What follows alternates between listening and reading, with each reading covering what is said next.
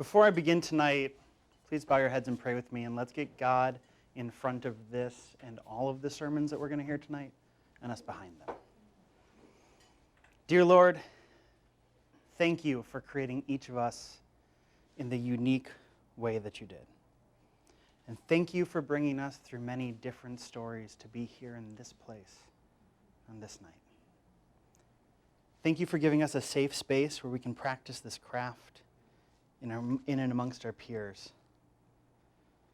I pray that tonight these words would be yours and not mine, that they would make us stronger and wiser and closer to you. And if it's not too much to ask, let's have a little fun as well. Pray these things in the name of the Father, in the name of the Son, in the presence of the Spirit. Amen. So tonight, I'd like to take a little bit of time to talk about a man in the Old Testament named Jacob, and specifically about an encounter that Jacob has in his life with God. Do you guys remember the story of Jacob and Esau? If not, I can give you a little bit of a refresher. So Abraham has a son named Isaac, and Isaac and Rebekah have two sons, twin boys, right? Esau is first, and Jacob is second, and they wrestle in the womb. Now, when Jacob is younger, he convinces his brother to sell him his birthright, and to add insult to injury, then goes on to deceive his father into getting the family blessing. Esau, he's a little bit upset about this. He actually vows to kill his brother, and so Jacob then has to flee for his life. And Jacob's fleeing, and he has a dream, and God says to him, "I'm the Lord, the God of your grandfather Abraham, the God of your father Isaac.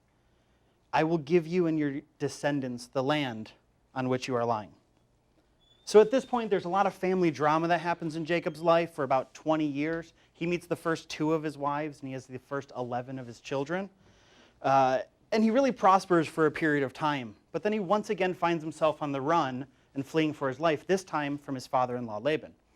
And that's kind of where we find ourselves here. Jacob decides to return home in hopes of making peace with his brother Esau, but Esau doesn't really have this at first, and decides to come at him with 400 men to kill him. And one night on the journey, Jacob sends his family and all of his belongings out ahead of him. He stays back and he prays to God. "Oh God, the God of my grandfather Abraham, the God of my father Isaac, please deliver me from the hand of my brother Esau."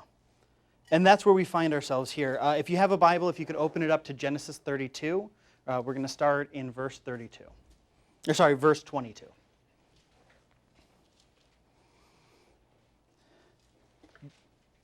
The same night, he got up and he took his 2 wives, his 2 maids, and his 11 children, and he crossed the ford of the Jabbok. He took them and sent them across the stream, and likewise everything that he had. Jacob was left alone, and a man wrestled with him until daybreak. When the man saw that he did not prevail against Jacob, he struck him on the hip socket, and Jacob's hip was put out of joint as he wrestled with him. Then he said, "Let me go, for day is breaking." But Jacob said, "I will not let you go unless you bless me." So he said to him, "What is your name?" And he said, "Jacob." Then the man said, "You shall no longer be called Jacob, but Israel, for you have striven with God and with humans and have prevailed." Then Jacob asked him, "Please, tell me your name." But he said, "Why is it that you ask my name?" And he blessed him there. So Jacob called the place Peniel, saying, "For I have seen the face of God. I've seen God face to face, and yet my life is preserved." The sun rose upon him as he passed Peniel, limping because of his hip. Therefore, to this day, the Israelites do not eat the thigh muscle that's on the hip socket, because he struck Jacob on the hip socket at the thigh muscle. Now, there's a lot of different things that are going on in this passage, and we're going to unpack them a little bit, but I'd like to start by just asking you a question. How many of you had an experience with God and you felt a call to ministry, and so you came to Fuller, and you've really just kind of had this theology thing all figured out? I mean, the theology that you had when you were younger and when you were growing up and when you first got here and the theology that you have today have pretty much just been the same. You know, it's kind of, you just have this whole thing nailed. Maybe not. Maybe it doesn't all make sense to you always. Maybe sometimes, like me, you wake up and you think, I just don't know what the heck's going on here sometimes. And maybe sometimes you struggle. You take a class and you go into a class and you think you've got the verse figured out or the book figured out or maybe even the whole Bible figured out. And then a professor says something or you read something or you start thinking about something different and then you start to wrestle and you start to question. And so here we have Jacob. And Jacob wrestles all night with a man who turns out to be the Lord. And let me just also ask, how many of you have ever wrestled with somebody or ever been in like a physical fight with somebody? Maybe you had siblings growing up and you used to fight with them. Maybe you've just been in an argument recently. If you have, you'll know that just after a couple minutes of wrestling, it gets pretty tiring. I mean, wrestling for a long period of time is absolutely exhausting, even for professionals. In the UFC, you only get 3 rounds of 3 minutes each. And in boxing, if you go the distance, and that's just a half hour, and they get to take breaks every couple minutes. But here's Jacob. And Jacob wrestles with this random man, not for 3 minutes, not for 30 minutes, but all night long. I mean, how grueling of a wrestling match must this have been? Even if the two of them were just like arm wrestling, it would have been a lot of arm wrestling. That's like 8 hours of arm wrestling. And Jacob wrestles all night, and he doesn't give up. He meets this man, and possibly like us, the reader, he may not know who this man is. When you read the text, there's not a lot that we do know. We're not sure why Jacob decides to stay back. We're not sure who this man is or who starts the fight. You'd really think at some point the two of them would step back about halfway through the night and say, wait, hold on, who the heck are you and why are we still wrestling? But in all of this, Jacob wrestles with him all night, and he doesn't give up. And the morning comes, and the man touches the socket of his hip, and Jacob is injured, and not in an insignificant way. And yet, in the light of the day, when it's all said and done, Jacob understands who he has been wrestling with, that it was God. And in the light of the day, what's God's response? What is the Lord's response? Does God look at Jacob and say, I came upon you in the night and you wrestled with me? How dare you? Or does God look at Jacob and say, yeah, I came upon and we wrestled, but you wrestled with me about the wrong things. You used the wrong technique. I'm over here using judo and you're using, boxing or something else. No. Jacob wrestles with God, and God changes his name to Israel, to literally the one who wrestles with God. And that's the end of the story, right? That's kind of it. I'm sure Mr. Israel went on to have a long life with his new identity and his 2 wives and 11 children, probably was a career man. But no, this isn't any man. This is wrestles with God. This is Jacob, the father of the 12 tribes of Israel. This is Jacob on whom all of our faith is sort of descendant. Jacob's new name actually reflects his new self. He's no longer supplanter, what Jacob means, but Israel. And in this way, he actually sets up the entire community of Israel to be wrestling with God and with humans going forward. Now, I know someone who's a pastor who came to their calling in ministry when they heard a specific phrase, which was, the role of the pastor is to guard the great questions. And I would agree with this to a certain extent. I think there are questions, and then there are great questions. And at least part of the role of the pastor or the role of ministry is to guard those great questions.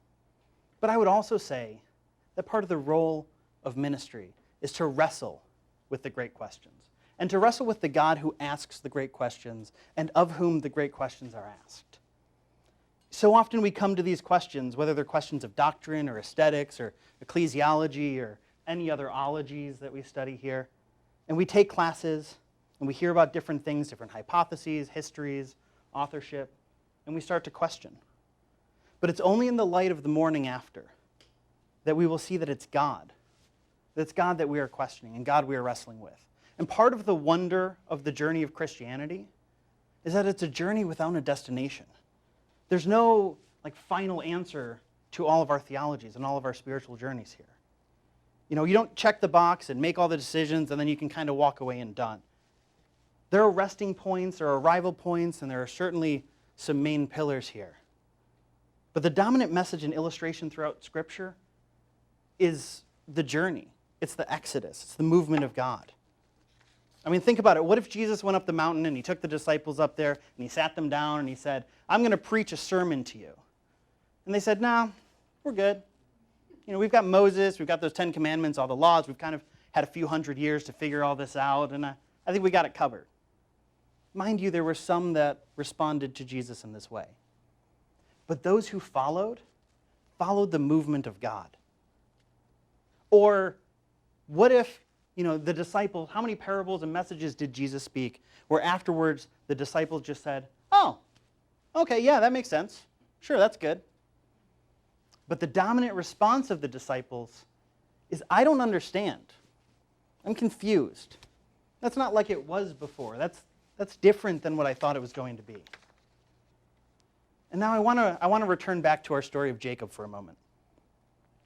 Jacob wrestles with God, and then on the next day he goes to meet his brother Esau. This goes a little bit better than planned. He doesn't get killed, and Esau embraces him, and he ends up in the city of Shechem, and there he erects an altar.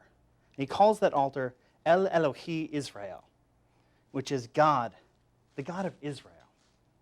You see, Jacob his whole life had encountered God in a very specific way. If you remember, God was the God of his grandfather Abraham and the God of his father. The connection between Jacob and his spirituality was a loose one. It was a little bit removed, the God of his ancestors. But then Jacob wrestles, and look what happens. Jacob, now Israel, erects an altar to the God of Israel. It's in the wrestling that God finally becomes personal for Jacob. It's in the wrestling that God encounters Jacob, and Jacob encounters God, and that God becomes a real God and a living God to him. And so, however much longer you have here at Fuller, however long until you get to enter your full-time ministry, I would just ask, do you spend your nights and your days wrestling? And if so, is that wrestling done in secret? Is it done in quiet and in private? Is it done out of shame?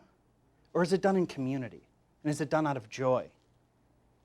And what are you wrestling with? And who are you wrestling with? Is it God? Or is it some sometimes nameless, formless person? Because I might suggest that it's only on the other side. It's only in the hindsight after we are changed, and only when we can look back at our previous selves and see our new emerged self that we can finally realize that that was God we were wrestling with. And so tonight, my prayer for you would be that you wrestle, would be that you continue asking questions, that you would fight and you wouldn't settle for black and white or easy answers, 3-point answers, 7-point, kind of 7-habit easy answers. But that you all would keep wrestling. And that you would understand that on the other side of wrestling is, well, more wrestling, to be honest. That's central to the journey of faith. I mean, even Jesus wrestles. In the Garden of Gethsemane, up on the cross, Jesus wrestles. But when you look back, when all is said and done, when the dust is settled and everything is changed, and sometimes maybe after healing, when you're healing some injuries of your own, may you recognize that you've been wrestling with God and that you have been encountering